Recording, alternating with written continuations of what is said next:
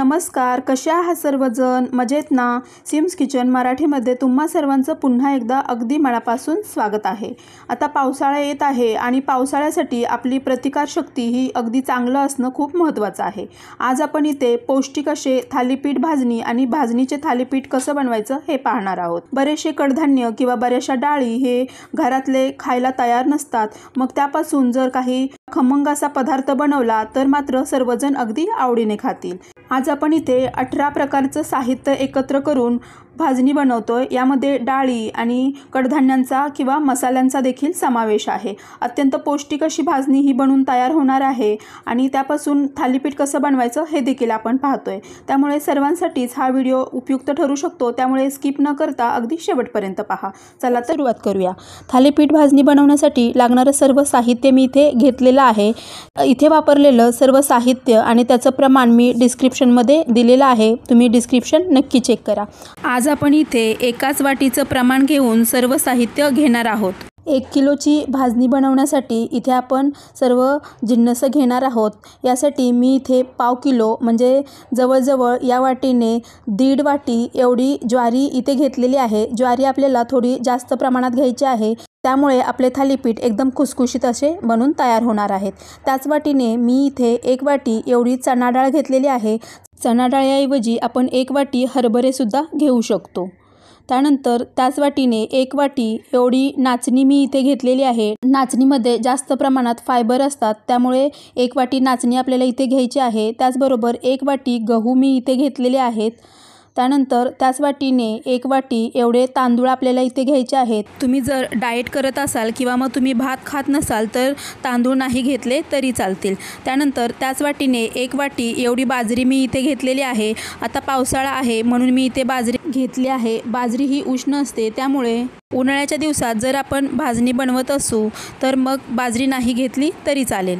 आपल्या भाजणीला छान चिकटपणा यावा, त्याचबरोबर ही भाजणी एकदम खमंग व्हावी यासाठी यामध्ये 1/2 वाटी एवढी उडीद डाळ आपण इथे टाकलेली आहे. उडीद डाळीऐवजी आपण अख्खे उडीद वापरले तरी चालतील.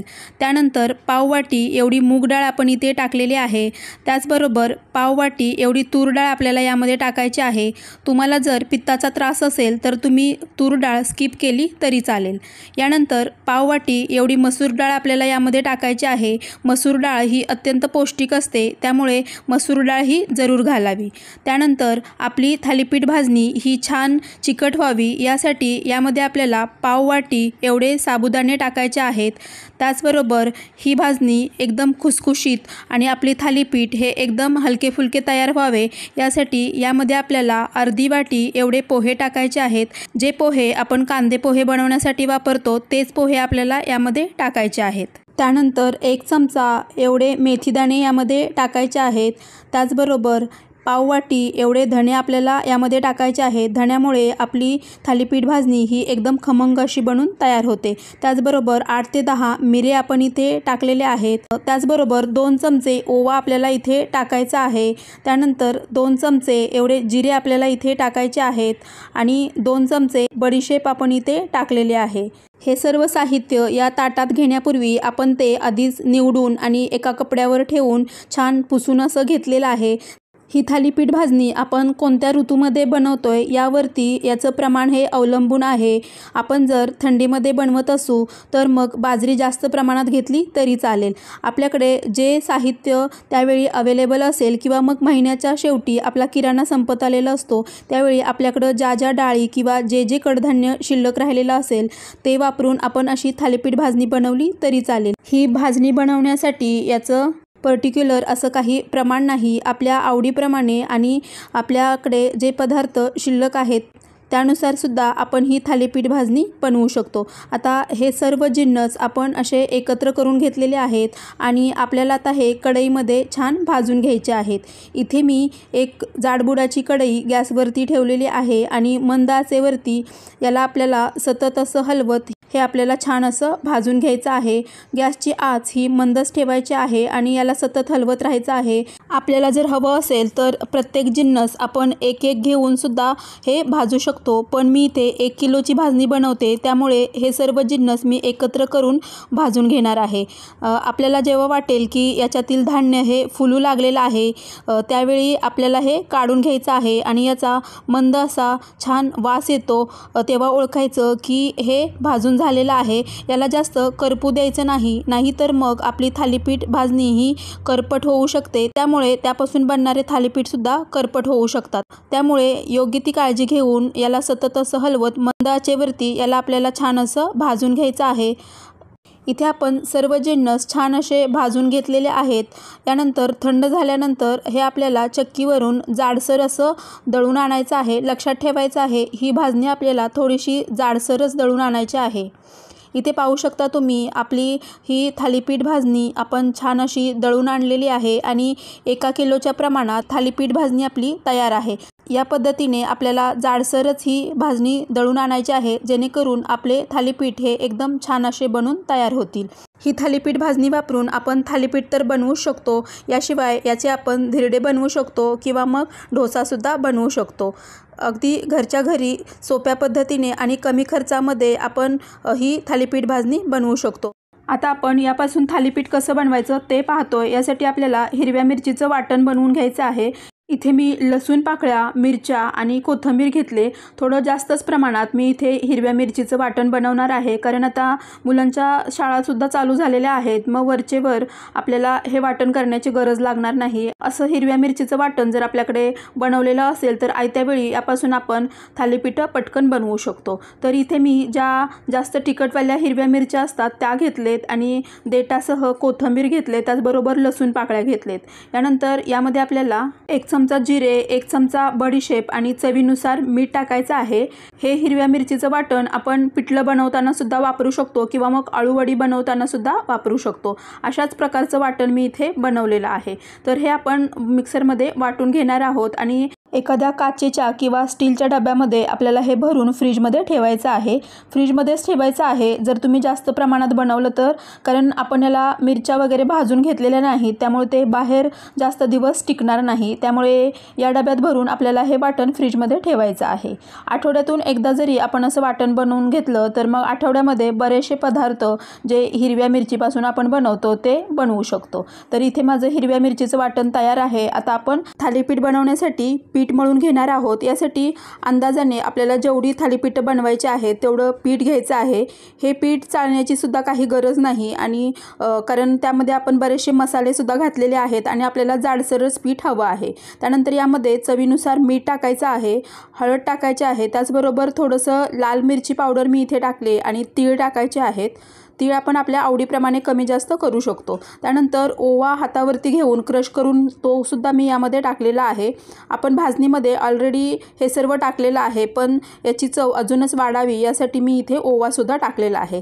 जे हिरव्या मिरचीचं वाटण आपण बनवून घेतलं होतं ते वाटण आपल्या चवीनुसार टाकायचं। त्यानंतर एक मीडियम आकाराचा कांदा बारीक कट करून घेतला होता तो आणि बारीक कट केलेली कोथिंबीर यामध्ये टाकले आणि छान याला मिक्स करून घेतलेलं आहे। त्यानंतर आपण आपलं जे नॉर्मल साधं पाणी असतं ते पाणी वापरून थोडंसं घट्टसर पीठ मळून घ्यायचं आहे। ते आपण पीठ मळताना यामध्ये बारीक कट केलेला कांदा आणि कोथिंबीर टाकलेली आहे। एरवी सुद्धा तुम्हाला जर थालीपीठ बनवायचे असतील आणि मुलं बऱ्याचशा भाज्या खात नाहीत असं वाटत असेल तर इतर ज्या पालेभाज्या असतात त्यासुद्धा आपण बारीक कट करून यामध्ये टाकू शकतो किंवा मग कोबी टाकू शकतो, कांद्याची पातसुद्धा टाकू शकतो। तर इथे मी थोडंसं घट्टसरच असं पीठ मळून घेतलेलं आहे आणि त्यानंतर हे पीठ थोडंसं टेस्ट करून पाहिलं तर थोडं तिखट कमी होतं, त्यामुळे मी यामध्ये अजून थोडंसं हिरव्या मिरचीचं वाटण टाकलेलं आहे। इथे या पद्धतीने आपल्याला थोडंसं घट्टसरच पीठ मळायचं आहे। 5 मिनिटासाठी हे पीठ मुरत आपल्याला थोडं बाजूला ठेवायचं आहे। त्यानंतर इथे मी एका भांड्यामध्ये पाणी घेतलं आहे, त्याचबरोबर एक सुती कपडा घ्यायचा आणि आपल्याला थालीपीठ बनवताना यावरती लावण्यासाठी तूप, तेल किंवा बटर जे काही हवं आहे ते घ्यायचं आहे। आता आपण इथे पोळपाट घेतलेला आहे आणि त्यावरती ओला कपडा आहे तो अंथरून घ्यायचा आहे। शक्यतो कॉटनचा कपडाच वापरायचा आहे आणि त्यानंतर इथे आपण तवासुद्धा गरम करत ठेवलेला आहे। आता आपण थालीपीठ थापायला घेतोय। याआधी तुम्ही पूर्वी कधी थालीपीठ बनवलं नसेल तर अगदी छोटं थालीपीठ तुम्ही पहिल्यांदा बनवू शकता आणि जेव्हा अगदी परफेक्ट थालीपीठ यायला लागेल तेव्हा मग मोठं थालीपीठ बनवलं तरी सुद्धा चालेल। आपल्याला पाण्याचा हात घ्यायचा आहे आणि त्यानंतर या थालीपीठाच्या पिठाचा गोळा घ्यायचा आणि हाताने थोडंसं असं प्रेस करून घ्यायचं आहे। वरून पाणी लावल्यानंतर याला एकदा पलटी करून घ्यायचं आणि नंतर हाताने याला असं थापून घ्यायचं आहे। या पद्धतीने आपल्या आवडीप्रमाणे जसं आपल्याला छोटं किंवा मोठं बनवायचं आहे तेवढं थालीपीठ आपल्याला थापून घ्यायचं आहे आणि याला असं होल करून घ्यायचं आहे। तवा पण आपला छान गरम झालेला आहे आणि याच्यावरती मी तूप टाकून घेतलेलं आहे आणि हे थालीपीठ आपल्याला तव्यामध्ये असं टाकून घ्यायचं आहे। रुमाल उचलायचा आणि डायरेक्ट तो असा तव्यामध्ये टाकायचा, नंतर रुमाल काढून घ्यायचा। ते जे आपण थालीपीठाला होल करून घेतलेले आहेत त्याच्यामध्ये आपल्याला थोडंसं तेल किंवा तूप टाकून घ्यायचं आणि त्याच्यावरती झाकून ठेवायचं। यानंतर त्याच पद्धतीने आपण दुसरं थालीपीठ बनवतोय। प्रत्येक वेळी थालीपीठ थापताना हा रुमाल आपल्याला पाण्यातून धुवून घ्यायचा आहे आणि त्यानंतरच आपल्याला यावरती थालीपीठ थापायचं आहे। आणि इथे आपलं अर्ध थालीपीठ थापून झालेलं आहे, तोपर्यंत इथे तव्यात टाकलेलं थालीपीठ सुद्धा आपलं छान एका बाजूनी पचलं गेलेलं आहे। आणि थालीपीठ जेव्हा आपण तव्यामध्ये टाकतो तेव्हा त्याच्यावरती झाकण ठेवायचं, कारण मग वरची बाजू कोरडी पडणार नाही। दोन्ही बाजूला तेल तूप किंवा बटर जे काही लावायचं आहे ते लावायचं आणि छान खरपूस होईपर्यंत भाजून घ्यायचं। तोपर्यंत इथे आपलं दुसरं थालीपीठ सुद्धा थापून तयार आहे आणि तव्यावरती आपल्याला परत एकदा तेल तूप किंवा बटर टाकायचं आहे आणि त्यावरती थालीपीठ टाकून घ्यायचं आहे। प्रत्येक वेळी थालीपीठ बनवताना तीच प्रोसेस आपल्याला फॉलो करायची आहे। इथे जे होल बनवलेले आहेत त्याच्यामध्ये तेल टाकायचं आणि झाकून ठेवायचं। तर याच पद्धतीने राहिलेले सर्व थालीपीठ आपण बनवून घेणार आहोत। इथे आपले सर्व थालीपीठ बनवून तयार आहेत। एका प्लेटमध्ये मी तुम्हाला ते वाढून दाखवते। मस्त गरमागरम थालीपीठ आणि त्याच्यावरती बटर किंवा मग तुम्ही घरी बनवलेलं लोणी सुद्धा ठेवू शकता। त्यासोबत दही आणि मिरच्या आणि जर ठेचा असेल तर अगदी उत्तमच। तर तुम्ही सुद्धा या पद्धतीने या पावसाळ्यात मुलांच्या डब्यासाठी किंवा मग नाश्त्यासाठी भाजणीचे थालीपीठ आणि थालीपीठाची भाजणी नक्की बनवून पहा। आणि हा व्हिडिओ तुम्हाला जरा जरी उपयुक्त वाटला असेल तर व्हिडिओला लाईक करा आणि तुमच्या फ्रेंड आणि फॅमिलीमध्ये जास्तीत जास्त शेअर करा।